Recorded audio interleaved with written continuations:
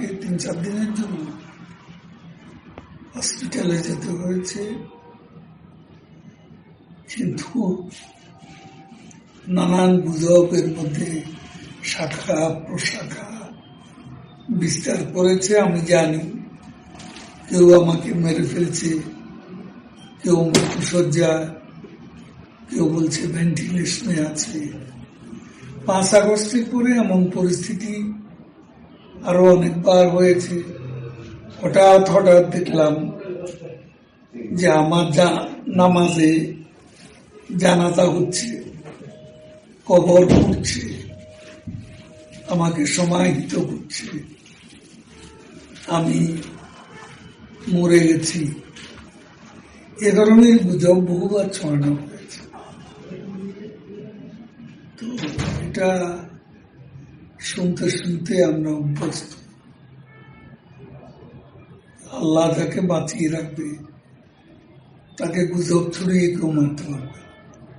দেখুন, আমি কিছুটা অসুস্থ ছিলাম,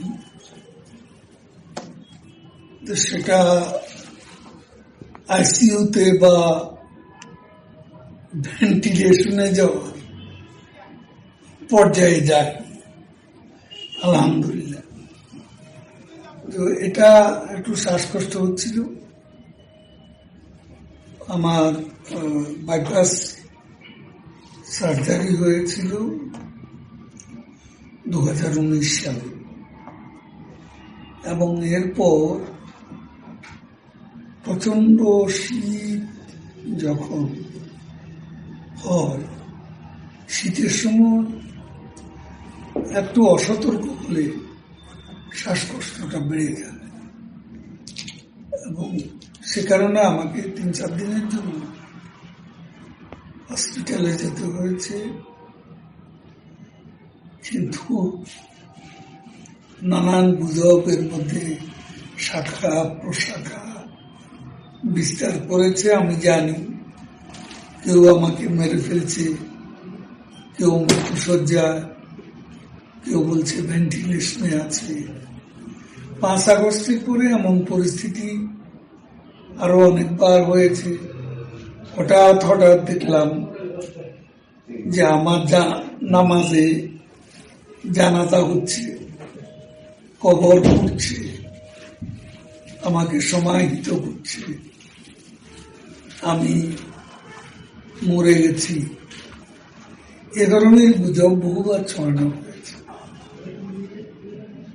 তো এটা শুনতে শুনতে আমরা অভ্যস্ত। আল্লাহ তাকে বাঁচিয়ে রাখবে, তাকে গুজব ছড়িয়ে কেউ মারতে পারবে। তো ইলেকশন, আমরা তো ইলেকশনের দল, আওয়ামী লীগ নির্বাচন দল, নির্বাচনমুখী দল, কিন্তু আমাদের দেশের যে বাস্তবতা,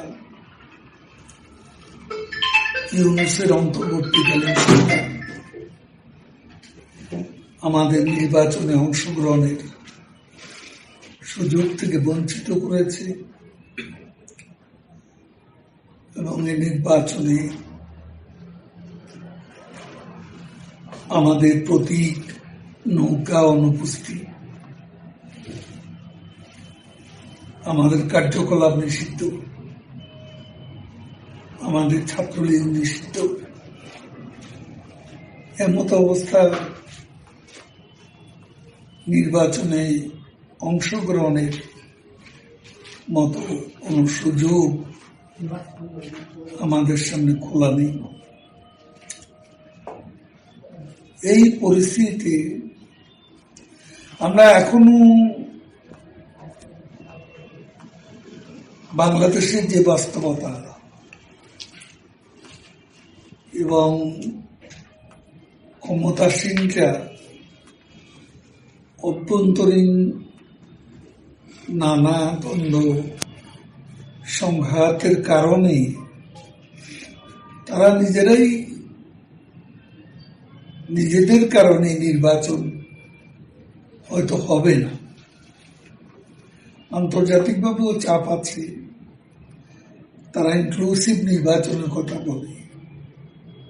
এখন বাংলাদেশের 50% ভোটারের দল আওয়ামী লীগকে নির্বাচনী প্রক্রিয়া বাইরে রেখে কিভাবে অন্তর্ভুক্তিমূলক নির্বাচন হবে সে ব্যাপারে ইউনূস সরকারের উপর বাইরেরও চাপ আছে এবং তাদের নিজেদের মধ্যেও নানা বিষয়ে দ্বন্দ্ব সংবাদ আছে।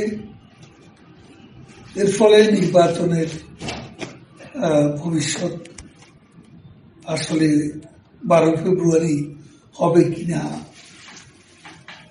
এটা আনপ্রেডিক্টেবল।